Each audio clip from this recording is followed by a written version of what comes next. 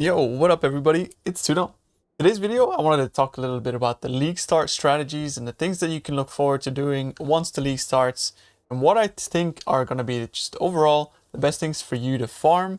And of course, all of these strategies are also available for you to look at on Maxroll. There's all of the strategies, the breakdown, all of that kind of stuff. You can find it there, including the Atlas passive trees. But yeah, all of this information is going to be linked in the description, but I'll basically just go through all of them because I want you to explain why some of them are good, the pros and cons, and the builds that are going to be good at farming those specific strategies. I know a lot of you guys are probably thinking, I want to start the league and I'm playing this build, what can I farm, right? So yeah, this video is going to sort of serve as a breakdown on the things that you can look forward to farming, you know, exactly like what we know so far and what is the best thing to do. Right? But you gotta always prioritize fun, you know, do what you enjoy, because if you do what you enjoy, you're gonna be doing that more often and for longer. And because you're doing it more often and for longer, that means that you're gonna make more currency just because you're more motivated to log in and do that, right? But enough of that aside, let's talk a little bit more about specifics. So the first one is gonna be Alc Go. This is something that you can access as soon as you enter T14 maps. That is because we gain access to Eldritch Altars. And Eldritch Altars are pretty insane, if you guys know. Basically, you're going to need zero investment for this whatsoever. You're just going to basically spec into your Atlas, you know, get all the nodes that actually increase the pack size of the Eldritch monsters found in there. The upside of it is, you know, it's very fast, it's very easy, it requires zero investment. But of course, there are some cons in that, is that the profitability is actually quite low, right? This profitability is actually drastically increased depending on how fast your build is. So if you're playing something more like, I don't know, like Lightning Arrow, you're obviously going to make more money than somebody who's actually going slower. So yeah, it's very clear speed reliant, and the profitability is sort of, you know, dependent on how fast you are actually able to clear. So definitely keep that in mind for sure. But yeah, the builds that excel at Alc Go are just going to be any fast build, good clear, you know, Lightning Arrow comes to mind, or you can just basically play any Poison League starter that has decent clear. And some of the tips and tricks is that red altars are just OP early. You do not want to click blue altars early unless you really want to try to get lucky and cash out on the Divine altar, but I don't recommend you do that because red altars are going to guarantee you Chaos Orbs, Sextants, GCPs, as well as a ton of other stuff. Overall, they're really good because they also supply you with mapping supplies and all that kind of stuff. Yeah, definitely red altars over blue altars. Another tip would be to go quantity over quality. You do not want to really like spend too much time rolling your maps and that kind of stuff, because the rewards that you're getting from altars are just flat, and what really only matters here is pack size. But you don't really want to go too heavily into rolling your maps that way, because you just want to be rolling, you just want to be running maps fast. So the easier they are, the faster you can run them, and the more flat rewards you can actually gain, right? Yeah, quantity over quality for sure. But this is something that you sort of want to graduate from, right? So this is a strategy that you can start off with, and you just really want to incorporate other strategies as your build gets stronger and as you're able to actually do maybe more hard content or any of the following strategies that are going to follow from here on out. So the next strategy is Blight. And I really like Blight. It's one of my favorite strategies on League Start to farm, because not only is it extremely profitable, but it's really easy for every build to do. No matter what build you're playing, it doesn't matter, because you're just going to be building towers and they do basically 90% of the work. As long as you know what you're building, they do 90% of the work for you, regardless of what map modifiers are on there.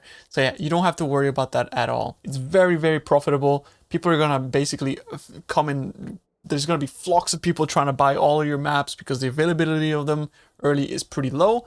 So if you are actually able to be one of the first Blight farmers, people are going to be just, you know, coming to you to buy them in bulk. Blight farmers are insane. Like, people are going to buy all those maps very fast. Another pro is that you're not speed reliant. So you can basically be playing any build that you like.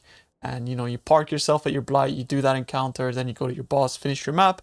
You're done and you go next, and it's just really good overall for build diversity, so that's for sure. And extractors are OP. What extractors are is basically, you know, this like syringe looking item that is able to take an oil from a jewelry that drops, and there are Atlas passive nodes that actually are going to drop jewelry when you finish a Blight. And so when you use Awaken PoE trade, you can control D over it, and it's going to tell you that this anoint is XXX oil. So for example, it could be like teal, silver, and gold, right? And if you have a jewelry like that, that means that you have a 2 in 3 chance to get an oil that is actually very profitable early, like that is going to sell for a lot of money. So that's what you want to essentially use your extractors on, right? You're going to use your extractors to try to get those oils out.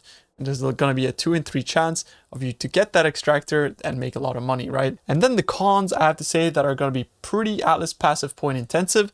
So you do kind of want to have decently high completion before you really embark on doing a Blight farming strategy.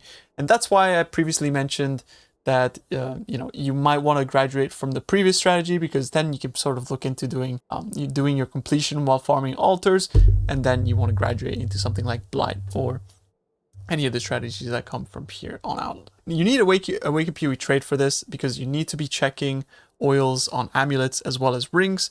Rings are more likely to give you good oils, right? Because it's actually only 2 oils anointed on a ring, so it's 50-50 chance. It could be very easy to get a lot of good oils from that. You only really want to extract oils that are silver and gold, because and opalescent possibly, but below that you kind of want to keep your extractors, because extractors are quite rare, and in general you don't want to waste them on other oils. So yeah, one thing about Blight is that because it's so accessible, it actually kind of falls off as people start to progress into maps. More and more people start doing Blights. That means that the supply and demand for Blighted maps is going to sort of be more in favor of the supply. There's going to be too many maps. The maps fall off in price. However, oils tend to retain their value. That is one really good thing. You're going to see that the price of oils sort of like starts a little bit low, and then it really peaks as people start to actually get amulets that are worth anointing. In general, supply and demand for oils, like there's always going to be so much demand for that. So it is a really good strategy to do early on. But yeah, builds that excel at Blight are going to be Poison Proliferation, Ignite Proliferation, and Explode builds. That is because all the monsters are going to walk out of the Blight all packed together and close. And so if you have Explode, Ignite, or Prolif of any kind, they're all just going to melt, and it's really cool to see. Another one that's really good is TR Ballista, because TR Ballista is going to spawn a ton of pods, and all of those pods are basically going to leave this chaos damage over time on the ground, and as monsters walk over it, they're all going to die. But as I said previously, you don't specifically need any build, because the towers are going to be doing pretty much all of the work. And yeah, there is a keystone that also enables you to basically make the tower damage much higher, but make your damage much lower. Essentially meaning that you can pretty much just succeed at Blights just by only building towers. The very strong towers that you want to have are going to be like a T3 Seismic Tower, T3 Ice Tower. This is very good once you have the ring anoint as well, so make sure you look into that. T4 range minions are also pretty good, because they just basically just snipe things out, and they have very high single target. Or T4 Meteor as well with the Burning Ground anoint. That is the tips and tricks that I have for you on the towers. But make sure that you never play Singular Focus. Singular Focus is really bad for Blight, because you are going to be dropping a ton of maps from the Blighted chests themselves. But yeah, Singular Focus is very bad, because obviously these maps are going to be of different types, and if you are, for example, favoriting Waste Pool or Toxic Sewer or something like that, it means that Singular Focus is gonna basically brick those drops. So yeah, you don't want to have Singular Focus. Another few tips and tricks are that you can actually horizon maps, and you are favoriting maps that are narrow, right? So that's going to be like things like Toxic Sewer, Waste Pool, or Carcass. Those are the main maps that you really want to be doing Blight in, because what happens is that if the Blight spawns and it doesn't have much space to sort of place the lanes, it's going to condense everything into 1 or 2 lanes, and you're always guaranteed to have at least 1 Blight reward lane. So imagine if you were to actually condense everything into 1 lane, and it's Blight reward lane, that is going to drop you a ton of Blighted maps and Blighted oils and all that kind of stuff. Those 3 maps are the best, and if you have 1 or 2 watch zones, you want to have that in T14 plus, because people are going to definitely favor T14 plus Blighted maps, and those are the ones you're going to want to sell. Make sure you stock up on Blighted maps, sell them in bulk on TFT or something like that, because people pay a premium for that. And this is going to be a trend amongst many of these strategies, that you want to kind of stock up on all of these things that you're farming, because they're going to sell for a premium. Now, I will mention it here really quickly, because it's important to note that when you want to bulk sell, doing it on TFT is really easy. So TFT is a Discord server that you can join. It's free to join, and what you can do is you can scroll through here, and you will see a bunch of channels where you can bulk sell all of your stuff, right? It's going to be all of these channels here. There's a ton of channels. You can see Ancestor, Bulk, Softcore, Want to Sell. And then you'll basically scroll down to something like, it should be like a blighted one, but there's one for everything. So bulk oils, for example, you can see that people are posting their oils. And another thing that you can do is you can also go on PoeStack, and PoeStack is going to basically analyze your stash tabs and see the bulk, and it can basically paste everything directly into TFT. But we'll talk a little bit more about that at the very end of the video. Heist and Essence is, of course, Heist and Essence in maps. All of these strategies are going to be focused around maps. So yeah, the pros and cons of Heist and Essence is that it is a very zoomy playstyle. So right, the faster you go, the better, the more money you make. Essences are extremely liquid early. People are going to be crafting their items. So people are going to basically be buying those at a premium as well. And of course, also, it's very useful for you as a player to progress your own character. If you need to craft any of your stuff, essences are very useful for you, yeah. And this can be done in white maps. Ideally, you want to be in T14 plus because you gain access to altars, and also, contracts, people want them to be of higher tier. But even if you were to just rush for essences, strategy is still pretty damn profitable in white maps as well. And it's something that you can do, like, for example, if you ever find yourself in a situation where your build is maybe not strong enough to progress into red tiers, speccing into essences and just farming them in white maps for, a day or even just a few hours will give you enough currency to actually make some meaningful upgrades to your build. And it's something that even I've done in the past, So yeah, that is a really good strategy early on to do for sure. And the con, of course, is that when you get into higher tiers, essences can be very rippy. And because, of course, of how the map modifiers work in Path of Exile, things can get pretty nasty pretty fast. So yeah, and another con here is that you have to bulk sell as well. The more essences you have, the more likely people are going to be to whisper you, because nobody wants to actually buy things one at a time in Path of Exile. So of course, convenience in this game is going to cost people, and it's going to gain you a lot of money, right? If you are actually able to stock up to a certain amount. And builds that excel at Essence and Heist are just going to be fast builds and ranged builds, or on the other hand, tanky builds, right? But essentially you want a fast build because you want to be doing as many maps an hour as possible. There's an X amount of essences in your map, so the more maps that you do, the more essences that you get. Fast builds and range builds, because some of these essences are going to be pretty damn crazy. Like sometimes you click one of those and it feels like you just summoned Exodia. Like these guys are crazy sometimes. So having a range build is a pro, because that just means that you can outrange it, just shoot him down. Tips and tricks would be Corrupt, Envy, Misery, Dread, and Scorn essences. The way that I do it is I just look at them, and if they look purple, I corrupt them, because these can actually corrupt into T0 essences like Horror. I forget the rest, but essentially, yeah, T0 essences. And yeah, you're going to be over sustaining remnants. Make sure that you use your remnants on any big essence. If you see an essence with more than like 3 or 4 essences on there that are like valuable, make sure you use a remnant on there, as it can upgrade those essences up one tier. And deafening essences are going to be worth a lot more than screaming essences. So that's why it's worth it to use your remnants on those for sure. If you're struggling, make sure you go to lower tiers or scour and go your T14s.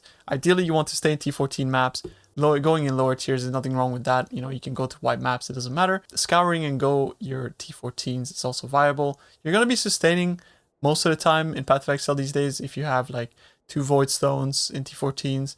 So you don't have to worry too much about your maps being juiced. And make sure to sell all your contracts and blueprints in bulk on TFT, because people are going to be more willing to buy those from you the more stock you have, as time is money in Path of Exile and people want to waste as little time as possible, especially on League Start.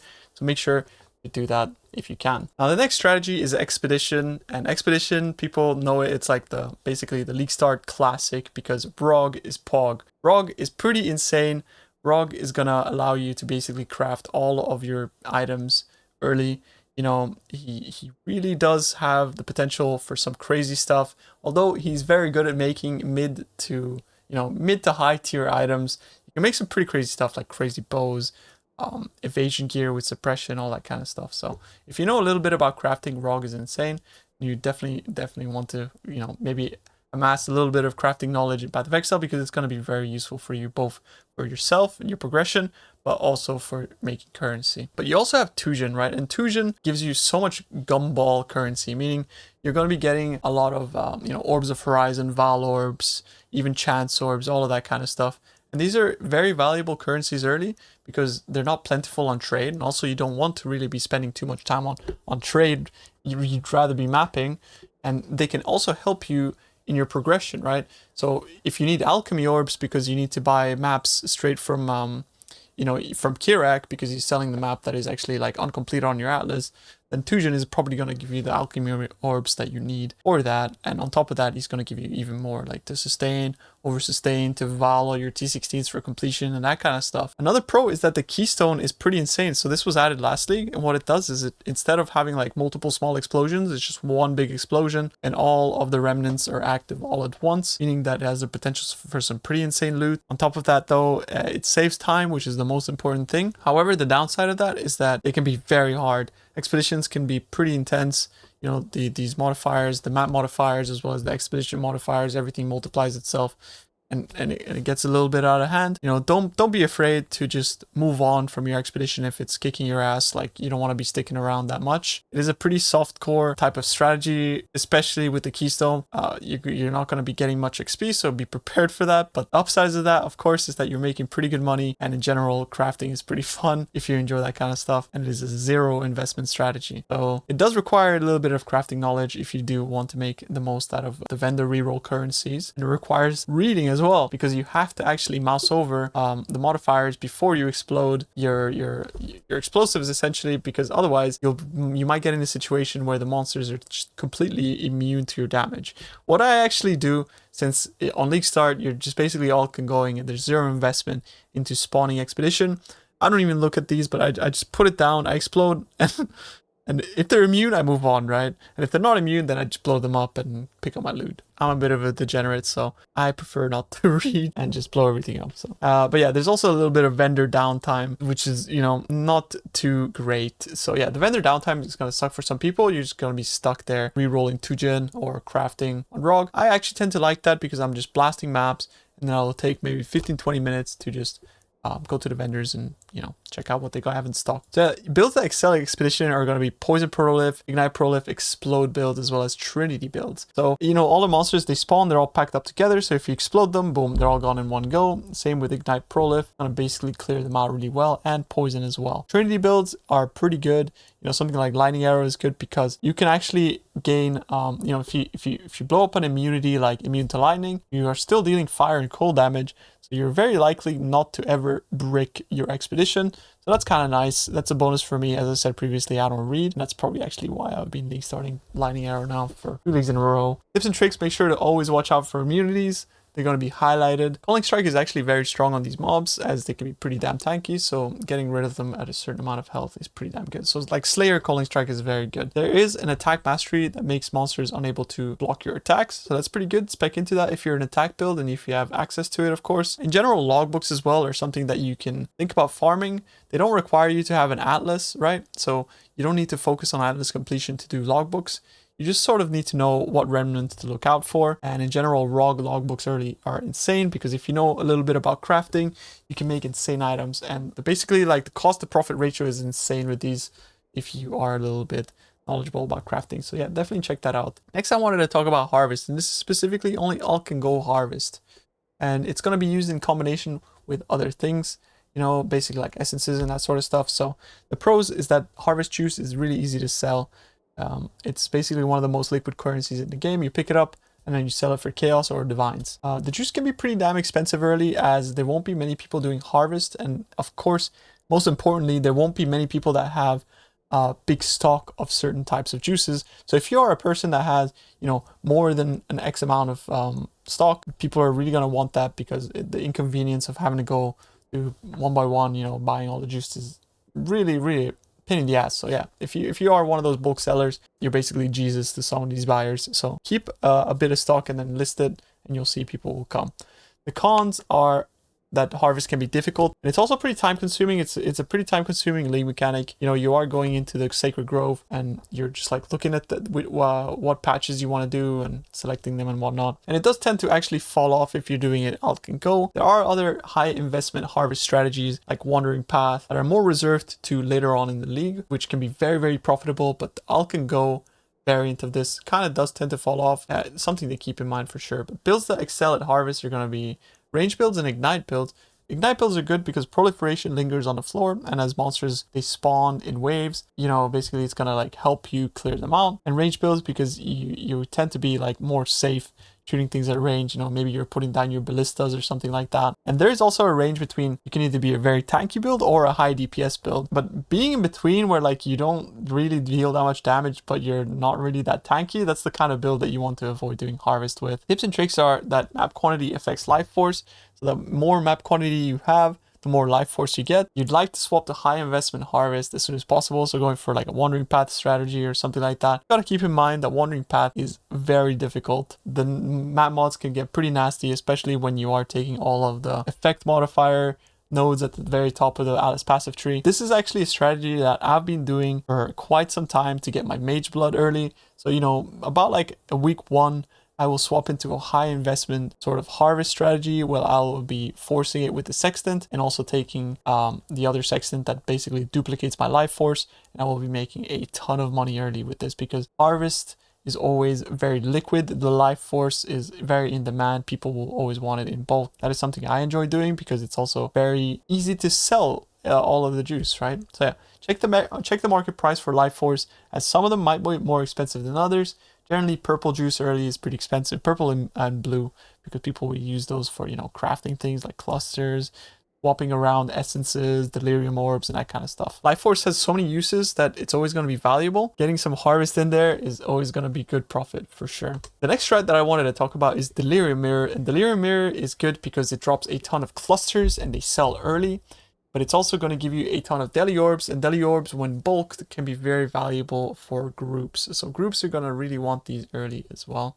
And they also hold their value throughout the league. They generally, the price of them tends to go up over time. If you are, you know, with day 2, maybe they won't be so expensive. But if you're at the end of week 1, they're going to be pretty damn expensive, as all of the groups by then are probably online and farming Delirium, as they usually do. Yeah, the cons is that, of course, it can be quite hard or rippy, and it requires you to price clusters, as in many situations, certain clusters are more expensive than others.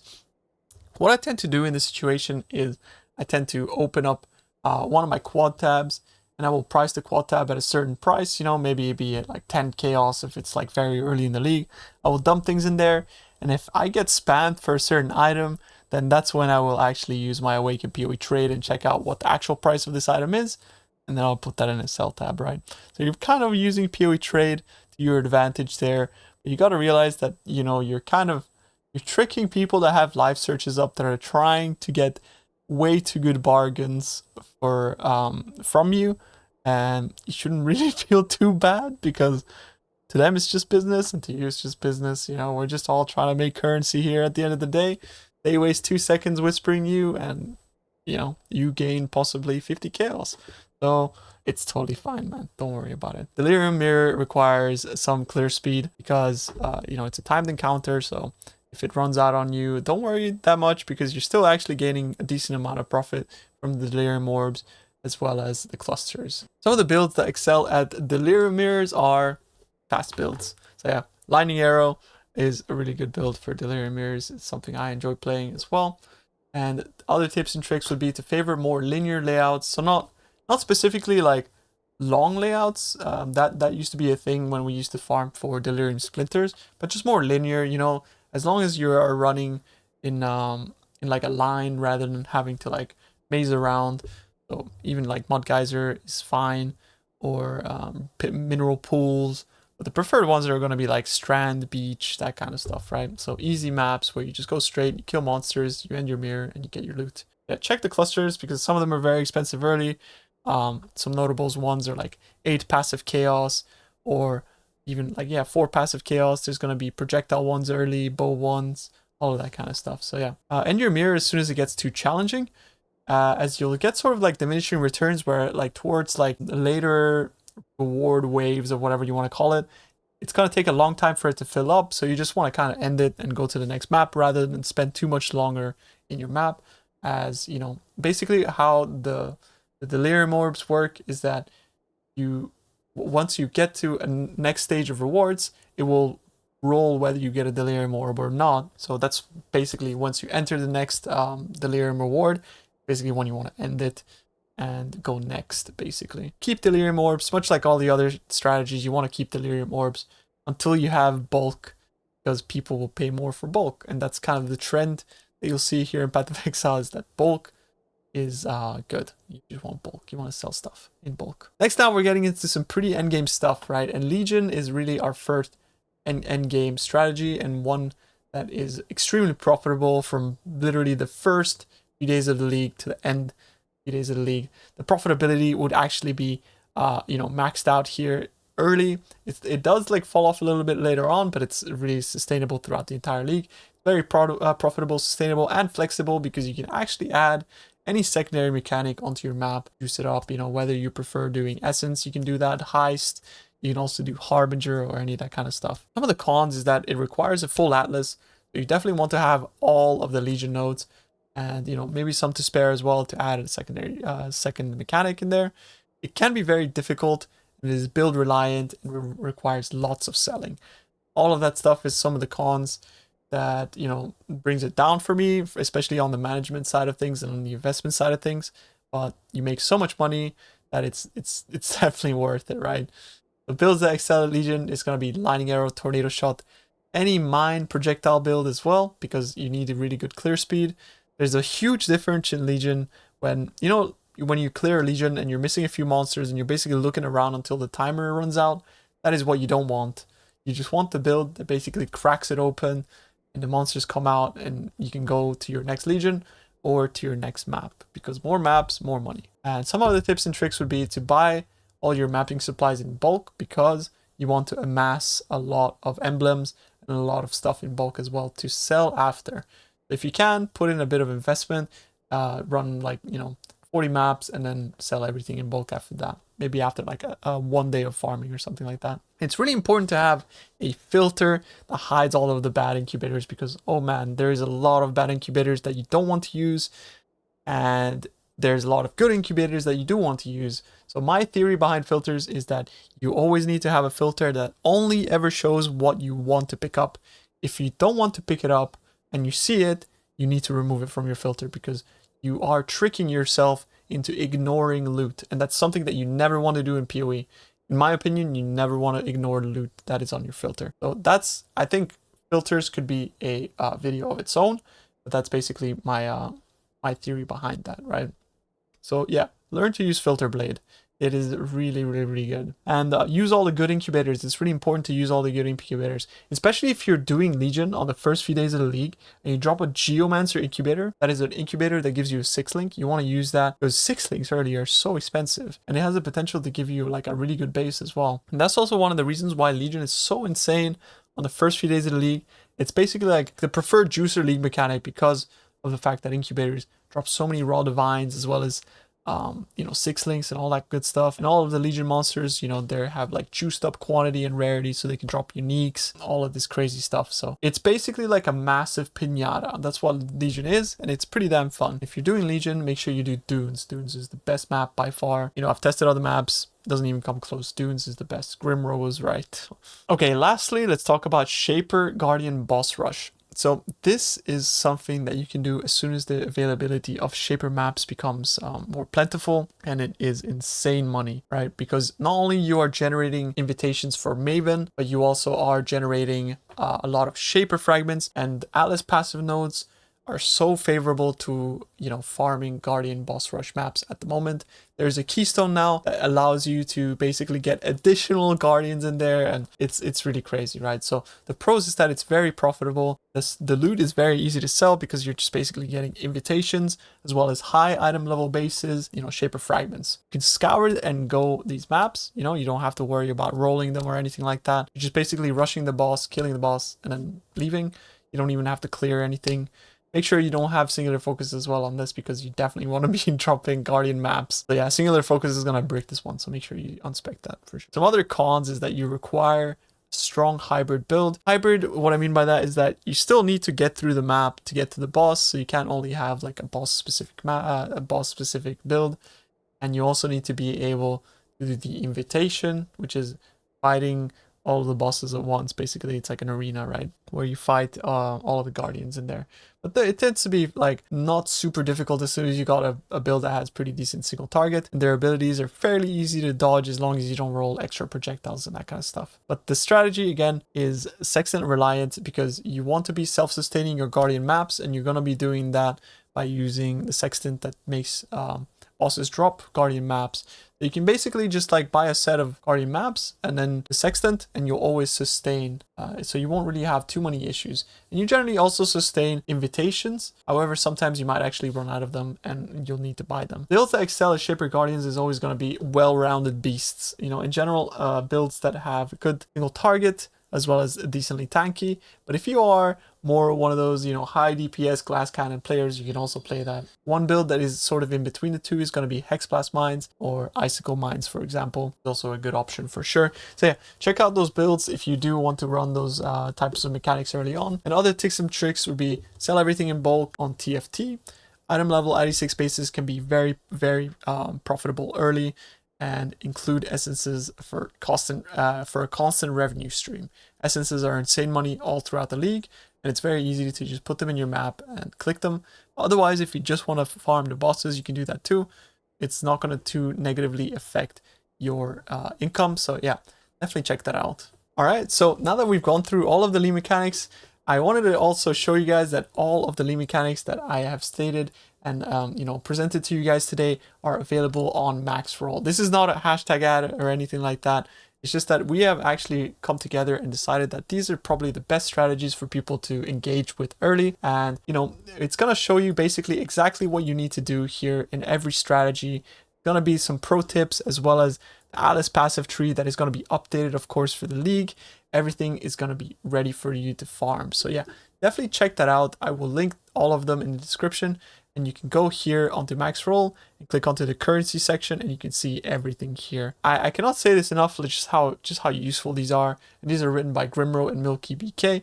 So yeah, if you want to do Blight or something like that, you click Blight. It will tell you exactly what sextants, what you want on the map device, all of that kind of stuff, as well as the low budget and mid budget. And you can open up the Alice passive tree.